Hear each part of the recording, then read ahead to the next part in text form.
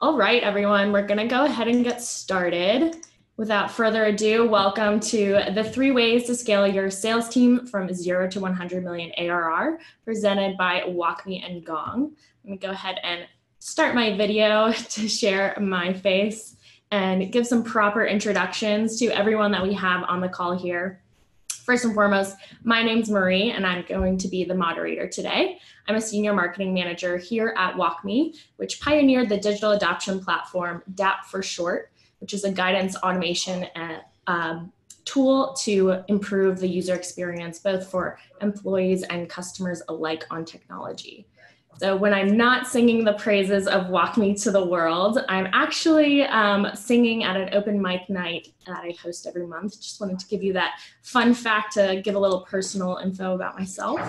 But I'm joined today by 2 amazing sales leaders. One is sitting across from me today, Aliisa Rosenthal from WalkMe, and the other joining from California, Michelle Kanan on the line from Gong.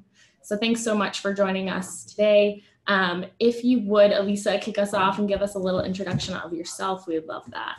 Sure thing, Marie. Hi, everyone. I'm Aliisa. I'm the VP of Mid-Market Sales here at WalkMe. I manage a team of about 27 salespeople. I've been in sales about 15 years, and being at WalkMe, I've been a part of hiring, coaching, leading our salespeople to the SaaS milestone of hitting 100 million in ARR this past spring, and look forward to sharing some of that insight with you today. Let's see, fun fact about me, I'm originally from New Orleans, Louisiana, and I ride in a Mardi Gras parade every year. Still haven't done that, but I would love to get around to it. I recommend it. Thanks so much, Aliisa. And Michelle, why don't you give us a little introduction of yourself as well? Awesome. Thank you for having me. So my name's Michelle Kanan. I'm the director. Oh, nope, I'm not muted. Can you not hear me?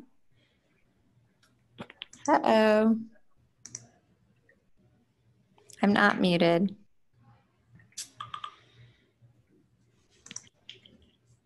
Can you guys hear me? Yes, sorry. That was on my end. No worries. Well, my name is Michelle Kanan. I'm the Director of Sales Enablement here at Gong. And some background on me, I've been in enablement for over 10 years. I've worked across multiple different startups in rapid growth, as well as really large public companies such as Discovery Channel, just a small little company there. And so I've actually, built my entire career being enablement, building onboarding programs, ongoing education, knowledge management. And so I'm really excited to partner with WalkMe and Aliisa and you as well to talk about what it takes to really start to scale a business. And a little fun fact about me, every year I travel somewhere new for a spooky destination in October. So last year was New Orleans. It was amazing. And this year I just got back from Paris to visit the catacombs. So very awesome. Spooky. Wow. Are you working on a book to commemorate all these travels? There's many photo books of all the spooky adventures that I do. Great. Well, thanks for joining us today, Michelle. So to kick off, today I'm going to be asking Michelle and Aliisa all about their experience in hiring, training, and optimizing their sales teams over the past decade. What has led to their personal and professional growth, their company success? What mistakes have they learned over the time that they've been doing this? And the goal being here that I want you to take away some morsels of knowledge, some tools and tactics that they implement that you can walk away and start implementing tomorrow. So with that, let's get started with the top, hiring. So Aliisa, I'll start off with you. What are some of the factors that you keep a pulse on within the company to indicate when it might be time to hire? Yeah, good question. So I'd say there are 2 types of hiring that you focus on as a manager. And one is just making sure that you have the right number of AEs to hit your quota. So making sure that you are backfilling any potential loss and that you are set up so that if you have the right number of reps ramping on the right schedule, you're going to hit your target. And I tell everyone when they become sales managers, I think my biggest tip is the thing that can hurt you the most is if you lose a fully ramped rep and you're surprised by it and you don't have a backfill ready for that person, let's say you lose that person in January, that has a compound effect on you. Let's say, like, that rep has $1 million quota. You lose that rep in January, you have $1 million that you have to cover for the entire year. It's almost impossible to recover from that. So I think it's really critical. I tell my managers to make sure you are highly in tune with your AEs. And that means understanding, are they looking at other opportunities internally? Are your high performers getting, poached by other teams or reached out to by other teams internally?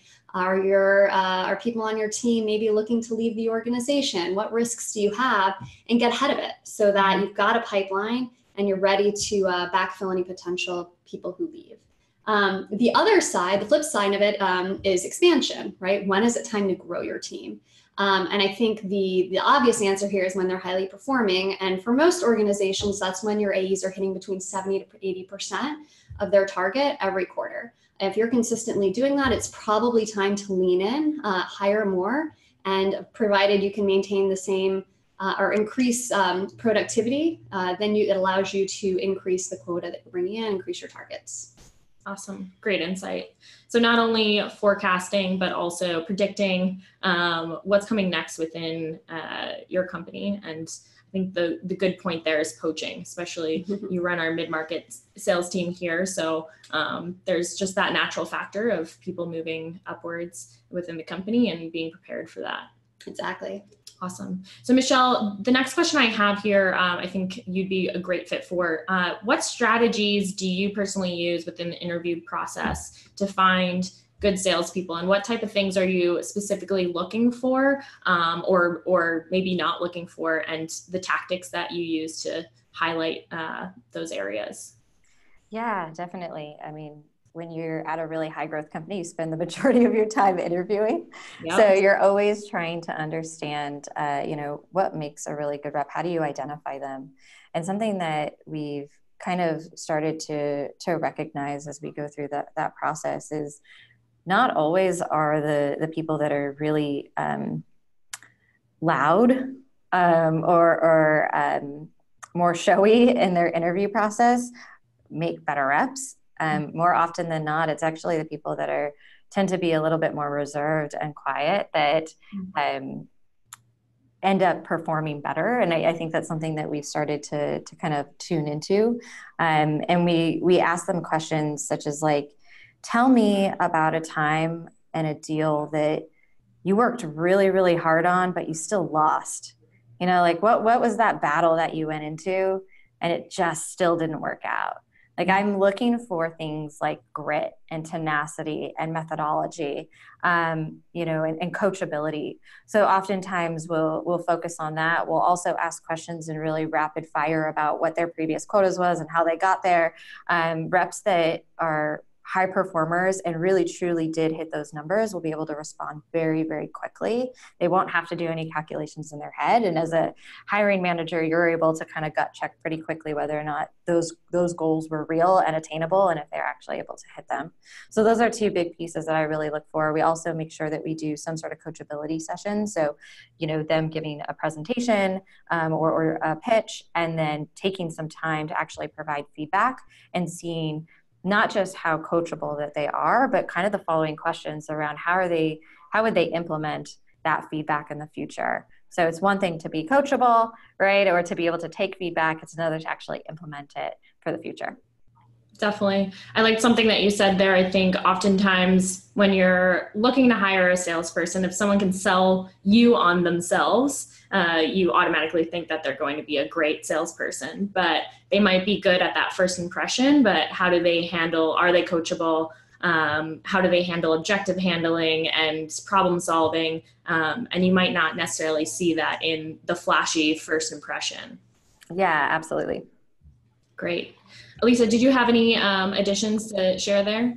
Yeah, I think you hit on a big one, Marie, with coachability. So my team is down market. I manage SMB and mid-market segments.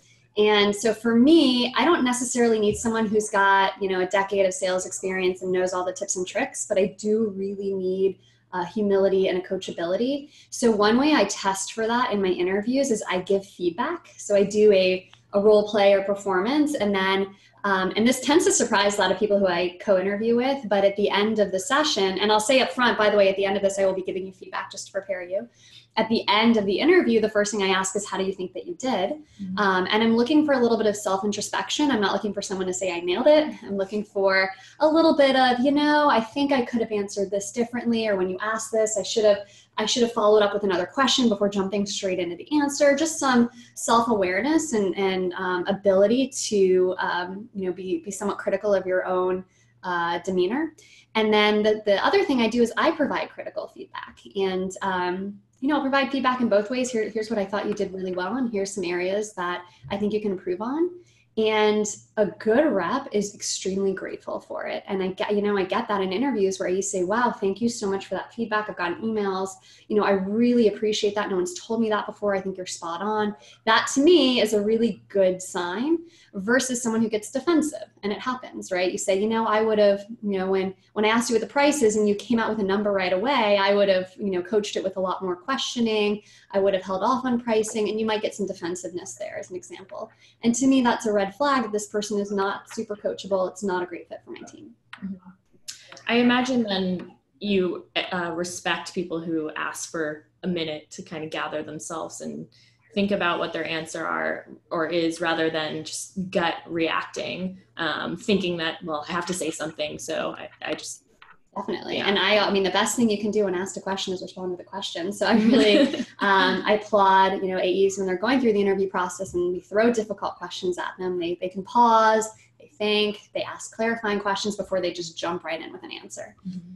So you both shared some really great tools and tactics that you use within the hiring process. And I imagine a lot of those have come with years of insight of maybe regretful hires. Do you have any anecdotes or maybe some key takeaways that you've learned in your experience of, I guess, what are those mistakes that potentially you've made? I'm going to ask you for your hubris moment. Yeah, sure. Lisa. Or Michelle, why don't you start with this one? Oh, yeah, happy to.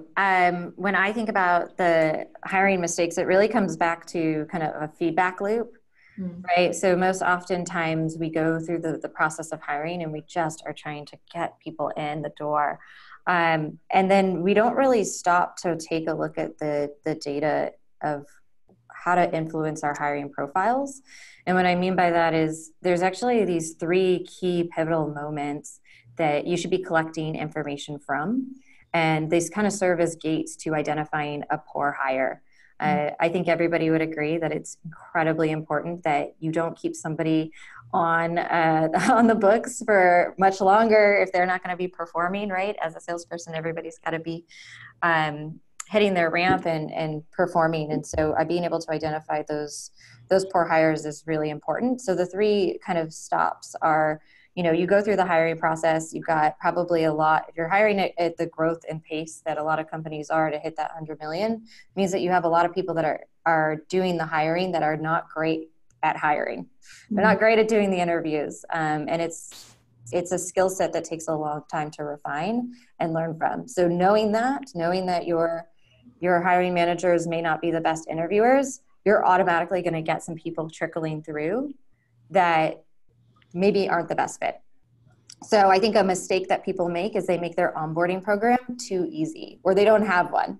And the reality is your onboarding program should serve as this test kitchen to take a look and get a great scope of how these people are performing once they've signed their offer letter and are now are in the business. So you look at, are they doing the assignments? Are they coming to the sessions? Are they engaged? Are they taking initiative to fill the gaps between those dots that you've placed? That really serves as a key indicator, and we flag all the time people in onboarding where we think maybe they're not going to make it. It's a sad reality. You want everyone to make it, but you want to make your onboarding program to feel intense enough that it is a little bit of a struggle. Because those top reps are going to do whatever it takes to make sure that they have the information that they need. The third piece is actually if you have a mentorship program or even your manager can serve as this, and it's once they're through onboarding, there's a period of time where their manager is going to quickly see what they pulled from their onboarding program and what they supplemented themselves to be successful. And so I think from those 3 points of data, it's like, okay, you could put them through the interview process. You said yes.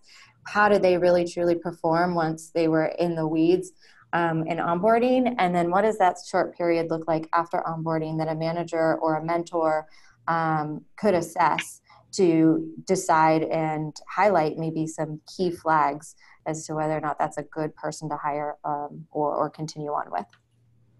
Those are some awesome points and a great transition into our next portion, which is coaching for closers. So not only does this happen in the onboarding experience, but ongoing for AEs, or it should be.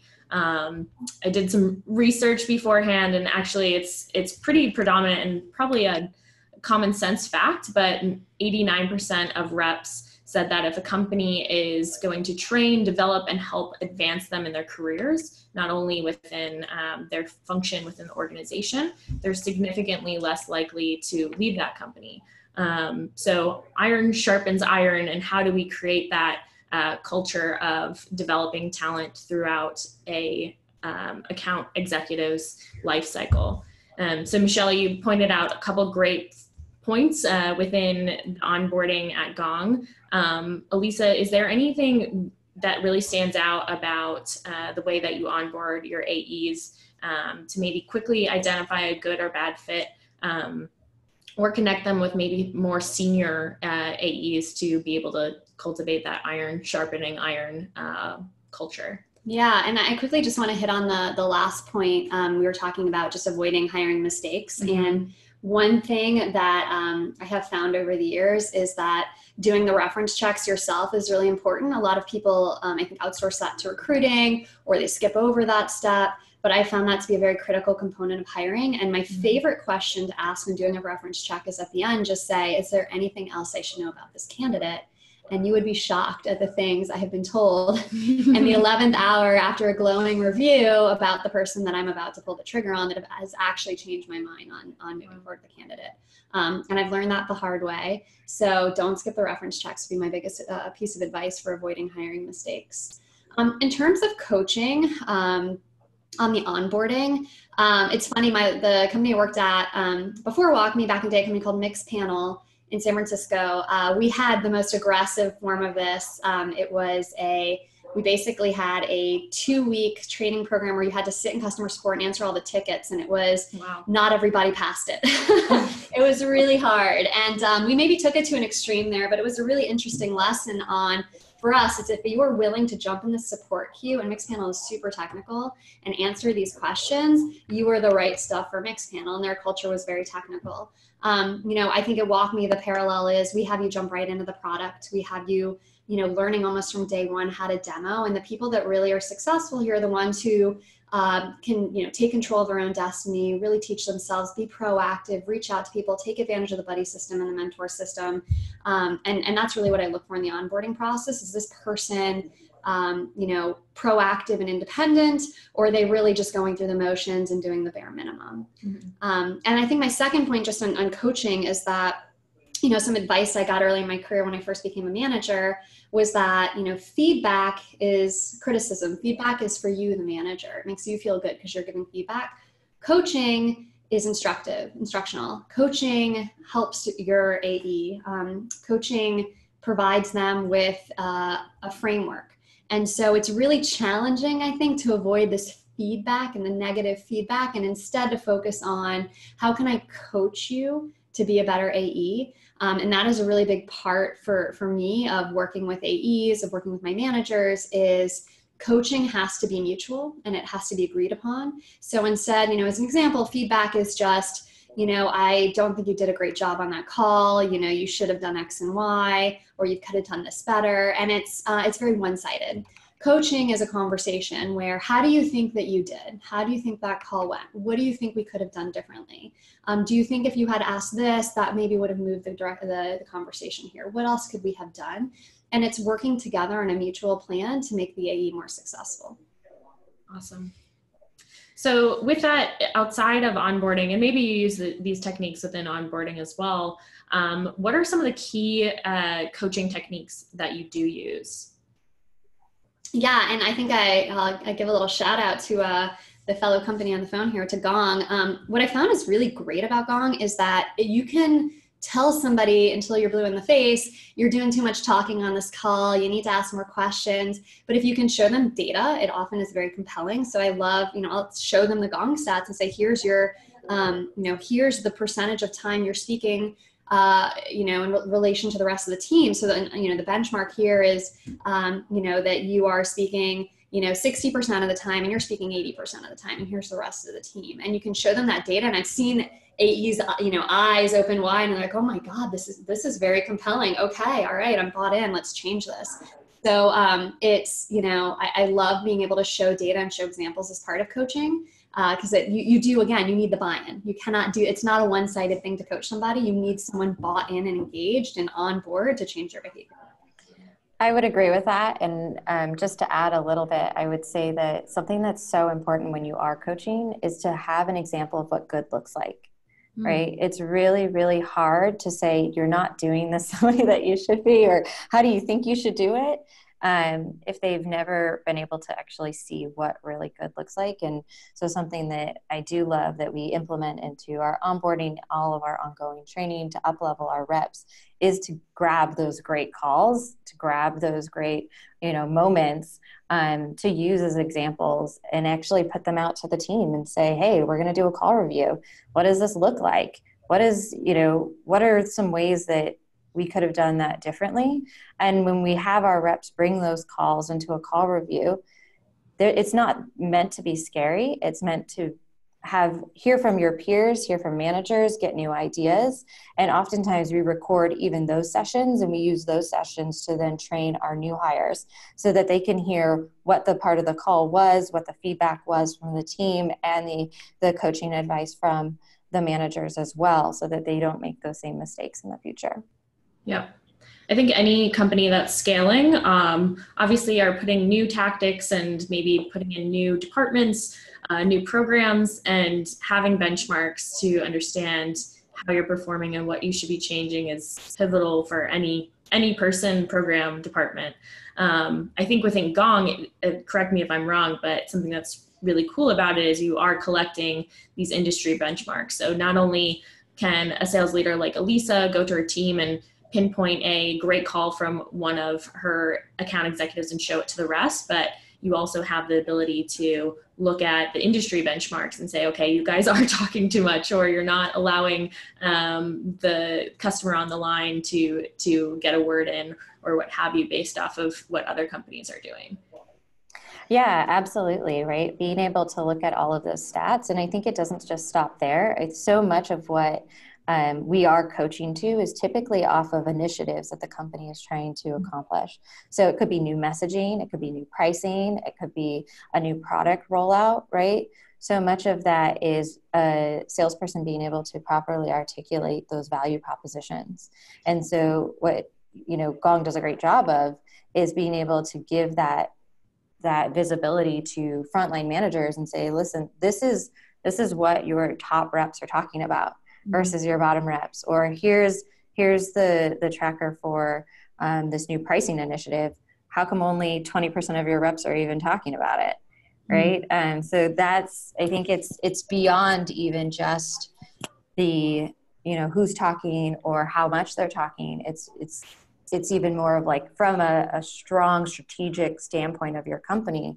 Are those things that your CRO is asking your sales leaders to actually roll out, are they actually being adopted? Which is great. Gives you those eyes and ears.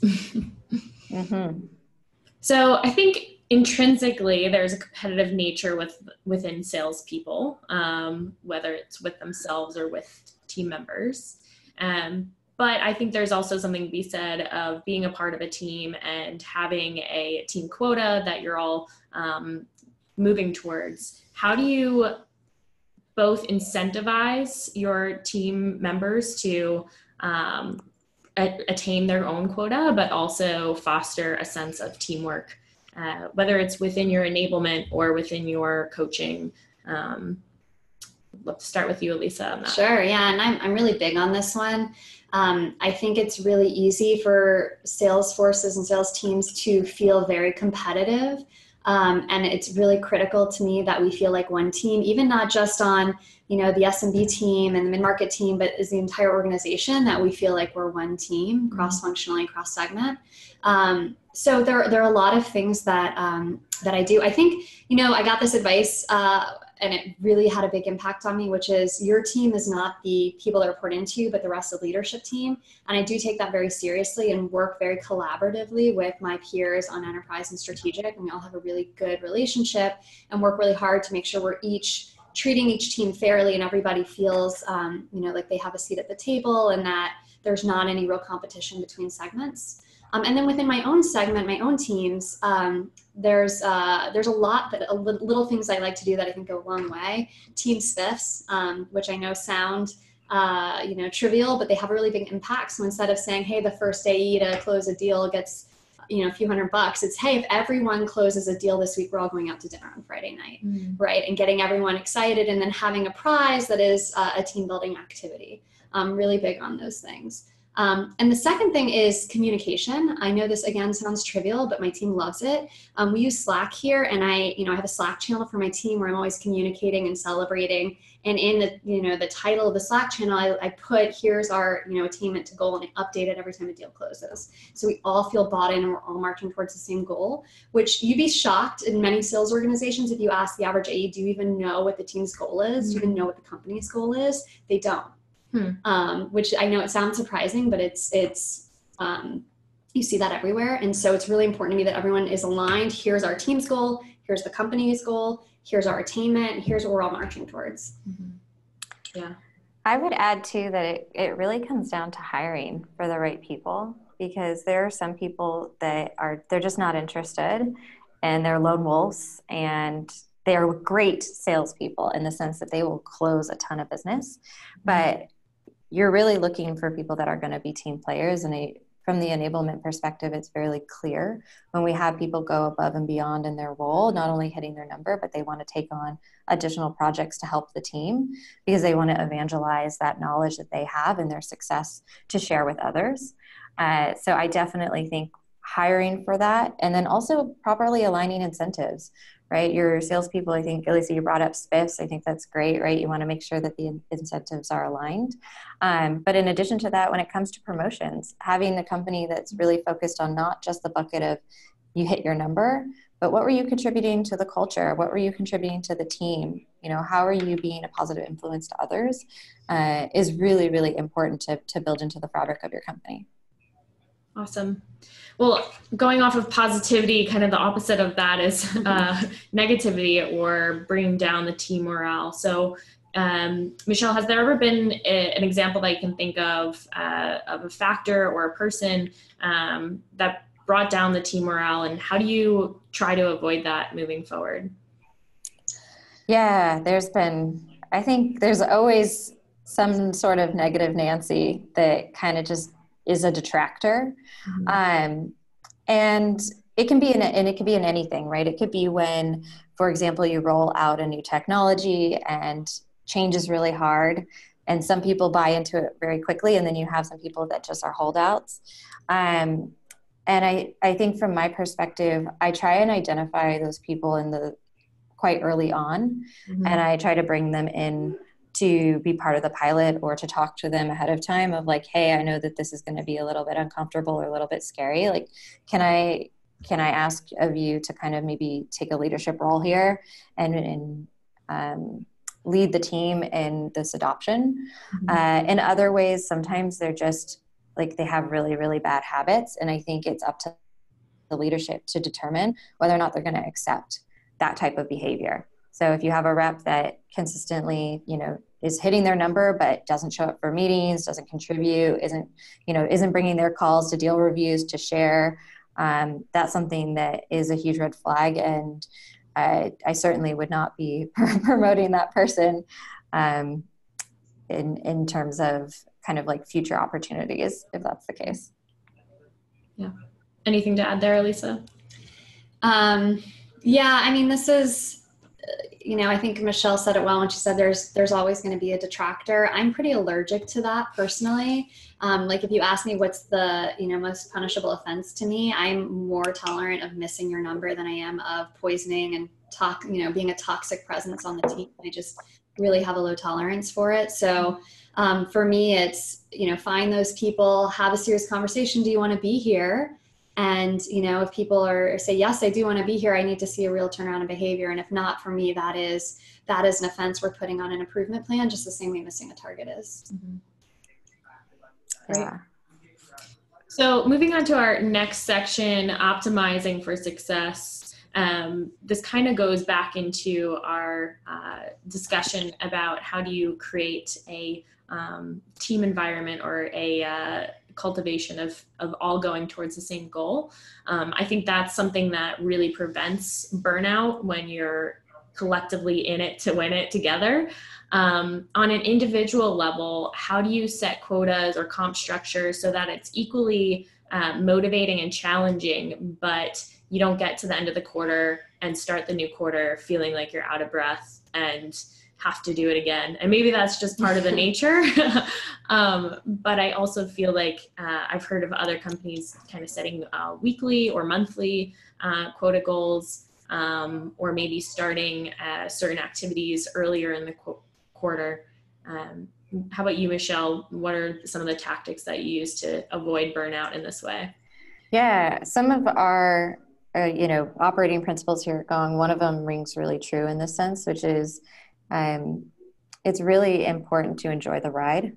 Mm-hmm. And it's a reminder to us that, every month it starts over again, or every quarter that clock starts over again. We're always having, our numbers, our goals end up doubling every single year, right? So we really got to make sure that we take a moment to stop, celebrate, enjoy it, recognize one another, and also, be really appreciative of all of the work. That last week, it takes everything you have to bring everything across the line.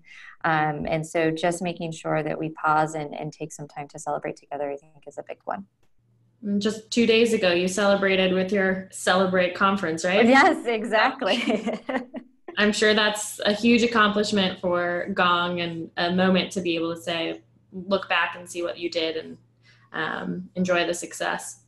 Yeah, and I think it's also a recognition too that if you didn't hit this month, or you were getting towards the end of the month and realizing it wasn't going to work out, that you don't stop, right?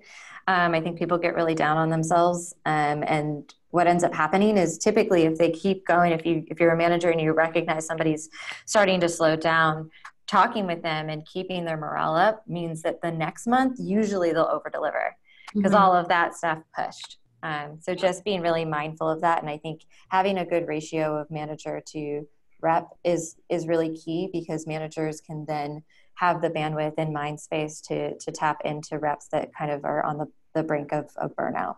I think also having the mindset of a new quarter is that it's a fresh start. It's a new chance versus, I have to do it again.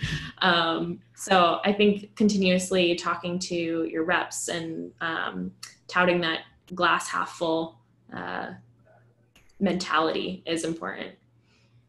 Yeah, absolutely. Aliisa, how about yourself? How do you both incentivize but prevent burnout?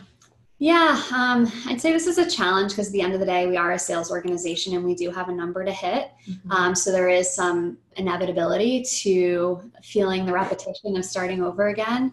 At WalkMe, we found that I think the different segments are motivated differently. So for strategic, where they're closing, gigantic deals a few times a year, it works much better to have an annual quota with annual accelerators so that when they close a huge deal in February, they can still feel the impact of it in the fall, and they don't feel like they're starting over. With down market, it's actually the opposite, where people respond much better to quarterly, even monthly quotas and accelerators, because then they feel like they have a new shot every month and a new shot every quarter in a very transactional business where you want them to constantly feel motivated. Mm-hmm. So, through some trial and error, we found that, down market really responds better to faster quota cycles, faster accelerator cycles. And then the more upmarket you go, the opposite becomes true. Great. So not only when it comes to quota and attainment, reps obviously have a plethora of things that they have to do every day between calls and follow-ups and emails and creating RFPs, and the list goes on. How do you prevent burnout on that specific realm? How do you optimize some of the tools or these processes so that they can use their brain power where it's needed most, which is in front of a prospect? Versus kind of all the legwork that is behind the scenes. Yeah, and I think a little shout out to WalkMe on this one. This is where we eat our own dog food or drink our own champagne, as we prefer to say. But we use WalkMe heavily at WalkMe, so we automate a lot of the processes, like creating an opportunity, creating an RFP, even things like we have all of our sales playbooks and demo scripts and discovery questions in Salesforce. And so we have it's called Pitch Me, and you can click on it wherever you are and it'll quickly load with the relevant playbooks for that customer. Things like if you were throwing a dinner in Chicago and an AE will log into Salesforce, and rather than forcing them to go find all their contacts in Chicago, we'll use WalkMe to say, hey, click here to find all their Chicago contacts, and automatically find a list for them. So we use our own product to take shortcuts. And like you said, I think you put it really well. You want your AE spending time on the high value add, which is on the phone with customers, and not doing the rote work of updating Salesforce and generating order forms. Mm-hmm. Great. Michelle, do you have any optimization techniques over there at Gong? Well, my favorite one right now, and if my team is listening, they're going to laugh because I talk about it all the time, which is Guru, which is, it's a go-to-market technology that it's for knowledge management, and we put everything in there so that at any time a rep is on the phone, they're not hunting for this information. It's as simple as a Google search, bringing up all of the talk tracks, the playbooks, the content that they need, the one sheets. And it's just been such a game changer in terms of, naturally they were spending all of this time in 5 different places trying to get and curate the content themselves. And this really brings it into like one sole location. So I think to Lisa's point of making sure it's in a place where they're already spending their time, whether that's Salesforce or, Gong or wherever, having it all in one place makes a huge difference. And I think that's the biggest optimization is your reps get frustrated if they have to spend too much time on an Easter egg hunt every single call to do the same thing over and over again. It's also about making it congruent, right? So if you do make it an Easter egg hunt, are they finding the same egg to send to their prospects? So yeah, they're just decorating their own haphazard egg and sending it out. Absolutely. Product marketing team, I'll speak for a marketer, is not really happy about. So I think, these tools definitely make it cross-functionally or optimized. Make sure that we're all saying the same thing at the same time and easily to find. So with that, I'm actually going to open it up to Q&A. We already have a couple questions lined up here. But if anyone's listening that still wants to ask a question, you can do so down below. There's a little Q&A box there on the bottom, and we'll go ahead and get started. So I have here, Ori asks, do you run sales simulations on your product or on the candidate's product of choice? So I'm assuming a demo. Yeah, great question. And I have gone back and forth on this so many times. And personally, I've landed on having them do it on their product of choice. And my reasoning for this is you're not going to get the best performance out of someone if they're uncomfortable with the product. And I don't think it's fair to expect them to learn everything about your product online, when they don't get the benefit of your onboarding experience. Mm-hmm. So I know there's advocates of both sides here. I feel pretty strongly on letting them choose the product because I want to see them at their best. I want to see them on their A game. Mm-hmm. And I want to be able to throw hard questions at them and see how they respond without them being able to say, I don't really know the product, so I don't really know the answer. Mm-hmm. Michelle, do you have a difference in opinion? I definitely see both sides. In my opinion, I lean towards product of choice. I personally think I agree you want to see them at their best, but also interviewing is kind of uncomfortable to begin with. And, you want them to have a pretty clear headspace on the tactics that they're using, not just on the uncomfortableness of the interview. So I try and make people feel as comfortable as possible. Yeah, we also find we have a higher dropout rate when we required it on our product. That's interesting. I mean, it is definitely a learning curve. So you should be prepping for any interview you're going through, but to have to learn a product.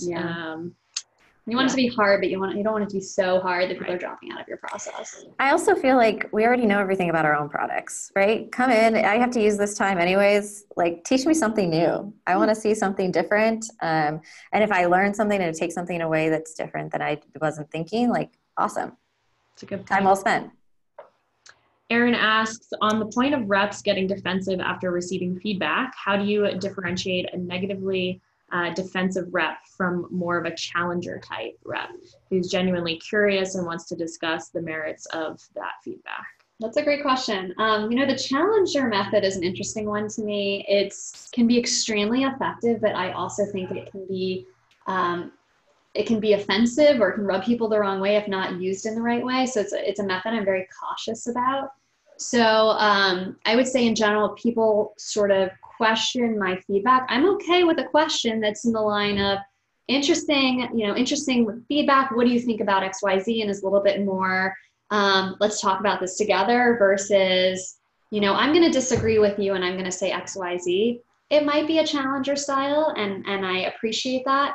But if it's rubbing me the wrong way in the interview process, my guess is it might rub a customer the wrong way as well.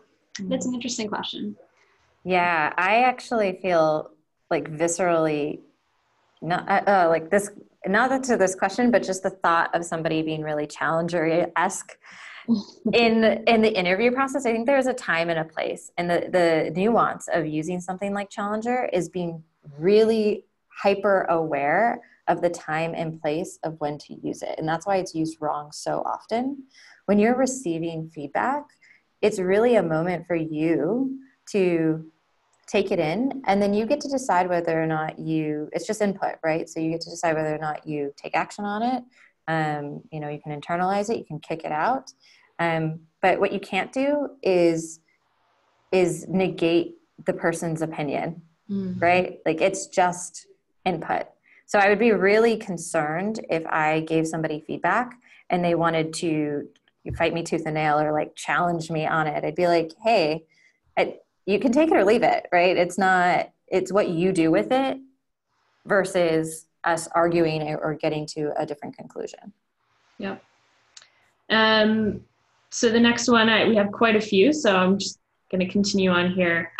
Kobe, asked, how do you coach your reps to adopt a solution-oriented mindset? I found that this perspective is challenging for a lot of people to adopt, myself included, and can take a long time to really flourish. I love this question, and my answer is you force it. So one thing I do is for our sales processes, first, and this is pretty standard, our first step in the process is a discovery call.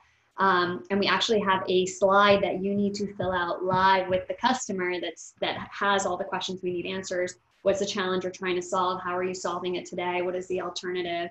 And then you need to use that same slide on the opening of your demo, and it's a requirement. So I've got the slides, and when I'm joining for a demo, or we're in a demo prep, or I ask to see someone's demo deck, I need to see that slide filled in. And I found this is really the only way to force people to ask the right questions in discovery, and to get that information, because otherwise, you're right, it's really easy to get sloppy or forget or rush through the discovery.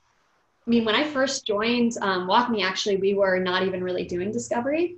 We were jumping straight into the demo, and I said, hold on. Let's slow down and put a discovery call in there, because we're not feature selling, we're solution selling. And we can't do that unless we spend the time to understand our customers and their pain points and challenges. And it's been tremendously effective. I mean, I just had QBRs this morning, and that kept coming up over and over again, is what the team likes the best about the new process is that slide that I forced on them, because it's making them be better salespeople.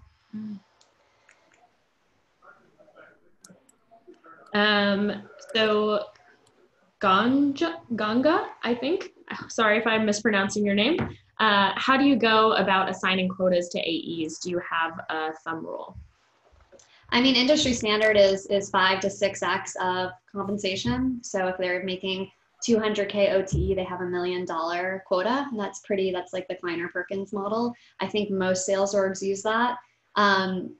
There's also what's coming in vogue now is a sufficiency score, which is less about just the multiplier of OTE to quota and more about the overhead. So also taking into account, how are you getting the leads? Are you buying them? Are you paying a BDR team? What's the support overhead on solutions consulting or sales engineering? What does the customer support look like post-sale? And taking all of that into account and figuring out what is the amount we need to offset that. That's becoming a little bit more in vogue lately. And I think the benchmark that you typically see is on efficiency, most organizations want to see between 60 to 70 cents on the dollar. Awesome. And then the last one we have here, Ranjani, what is the process for course correcting incorrect or outdated narratives, talk tracks that are being used by your sales force? Michelle, do you want to chime in? Sure. I mean, this one's perfect for us. So we would put a tracker in for that narrative that we're sunsetting. And anytime it comes up, reps get notified that they are being bad and that they shouldn't use that language anymore. It happens on the cross-functionally as well. So if, for example, our AE team is maybe saying something that isn't quite accurate, our CS team will put in a tracker to make sure that they're alerted anytime a rep says it on the pre-sale side, so that they can tap them and say, hey, just so you know, like a reminder, that doesn't actually equate over here on the post-sale side. So kind of realign those expectations. I found that to be incredibly useful in just trying to make sure that adoption is there, or that talk tracks are actually transitioned out that are no longer relevant. Great. Well, we are approaching the hour. I'm sure people have other rooms to go to or meetings to visit. But I just wanted to thank you, Michelle, for joining us today, again, from Gong and Aliisa as well. It was really insightful for me to be able to talk to you, and I hope everyone who called in, it was insightful for you as well. I'll definitely be sending a recording for this webinar, so if you want to share it, please do, or take notes from it and implement in your process over at your company. I hope you get something valuable of this. So thanks again, everyone, and stay tuned for future webinars. And with that, I'll leave you for the rest of your days and have a good one. Awesome. Thanks so much. Bye. Bye. Thanks, Mary. Thanks, everyone.